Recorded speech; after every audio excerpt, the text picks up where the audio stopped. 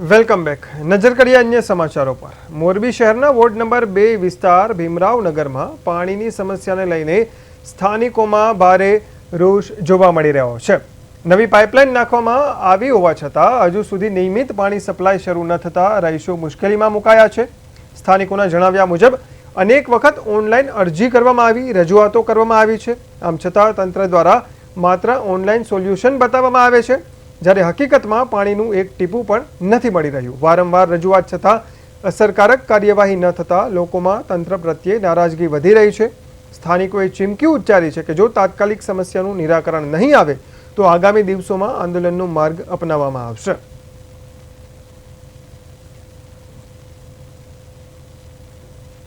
ભીમરાવનગર છે, અમારે આજ 3 મહિનાથી પાણી આવતું નથી. આપે તો જરી તરી એક ઘરે આવે ને એક ઘરે નથી આવતું, બરોબર? તો આમાં છેલ્લા 3 મહિનાથી તો સખત અમે એને બોરના પાણી ભરી છીએ. નગરપાલિકામાં જઈશી તો અહીંયા કોઈ અમને જવાબ આપતું નથી, બરોબર? પાણી એમ કે અરજી મૂકી તો એમ કે સોલ્વ થઈ ગયું, તમારે જાઓ, બરોબર?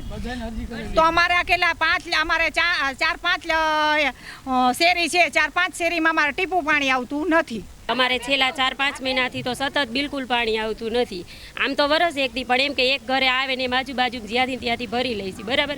છેલ્લા વરસ એકથી કેટલી અમે અરજી કરી, કમિશનરે ગયા, બધા આ કરે છે, પણ કોઈ કાંઈ પ્રશ્ન સોલ્વ થતો નથી. તો હવે અમારે શું કરવાનું? આવા કાળા ઉનાળે પાણી ન આવે તો અમારે શું? 5 મહિનામાં ઓફલાઈન અરજી આપેલી, બરાબર છે, લેખિતમાં, પણ એનું સોલ્યુશન કોઈ આવ્યું નથી. એ સિવાય અમે 5 થી 6 વાર અલગ અલગ મોબાઈલથી ઓનલાઈન અરજી આપેલી છે, છતાં એનું સોલ્યુશન બતાવે છે ઓનલાઈન.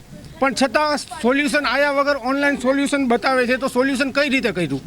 અમને તો હજી અમારી સુવિધામાં કોઈ સોલ્યુશન આવ્યું નથી અમારી સુવિધાનું. તો અમારી સુવિધાનું સોલ્યુશન આવ્યા વગર ઓનલાઈન કમ્પ્લેન મારી પાસે ઓન રેકોર્ડ છે કે ભાઈ 3 વાર મારી ઓનલાઈન હું બતાવી શકું છું કે 3 વાર મેં ઓનલાઈન કમ્પ્લેન કરી, 3માં સોલ્યુશન બતાવે છે. તો સોલ્યુશન થયા વગર આમાં સોલ્યુશન કેવી રીતના બતાવે છે? અમારી પાસે ઓફલાઈન અરજી પણ છે, લેખિતમાં પણ છે અને ઓનલાઈન